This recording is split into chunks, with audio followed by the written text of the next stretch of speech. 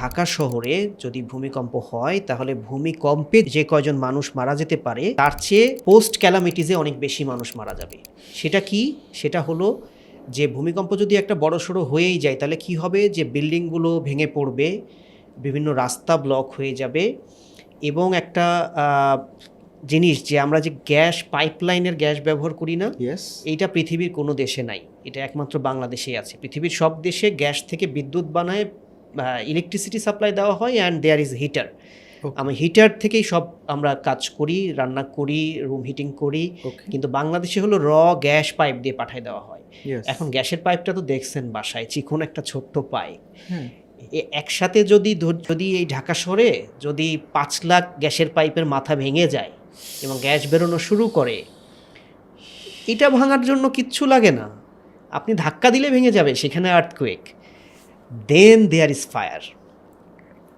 এবং আরও ভয়াবহ ইনফরমেশন হলো রাস্তা হয়ে যাবে ব্লক, কারণ রুলস মেনটেন না করে বা প্রপার প্রিকশন মেনটেন না করে প্রপার কনসালটেন্টকে দিয়ে প্রপার ওয়েতে বিল্ডিং ডিজাইন অনেক ক্ষেত্রেই হয়নি। তো অনেক বিল্ডিং রাস্তার উপরে পড়ে যাবে। এখন ধরেন এই এলাকাটাতে আমি জানছি যে 50,000 মানুষ আটকা পড়েছে।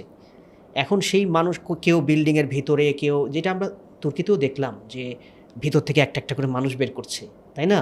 ওইটা কিন্তু অনেক ইন্টেন্সিভ অ্যাক্টিভিটি ছিল। ভূমিকম্পের পরে প্রায় 1 মাস ধরে এগুলাই চলছিল এবং আমরা খবর পাচ্ছিলাম যে কি 48 ঘন্টা পরে 2টা বাচ্চা পাওয়া গেছে, এটা পাওয়া গেছে, এটা পাওয়া গেছে। বাংলাদেশে এই ঢাকাতে বিশেষ করে এই সুযোগটা একদম কম, কারণ আমাদের রাস্তাঘাট খুব ছোট এবং এই পোস্ট ক্যালামিটিস, দ্যাট মিন এই যে গ্যাস যখন এভাবে ছড়ানো শুরু করবে এবং ইলেকট্রিক পোলগুলো থেকে যখন তার পড়বে, দেয়ার উইল বি স্পার্ক এবং ধুমা আগুন জ্বলতে শুরু করবে। You can't do anything. আপনি এমন একটা টেবিলের তলে আছেন বা একটা কর্নারে আছেন, বেঁচে আছেন, কিন্তু আপনাকে উদ্ধার করার জন্য 10 দিন 7 দিনে কেউ আসতে পারলো না।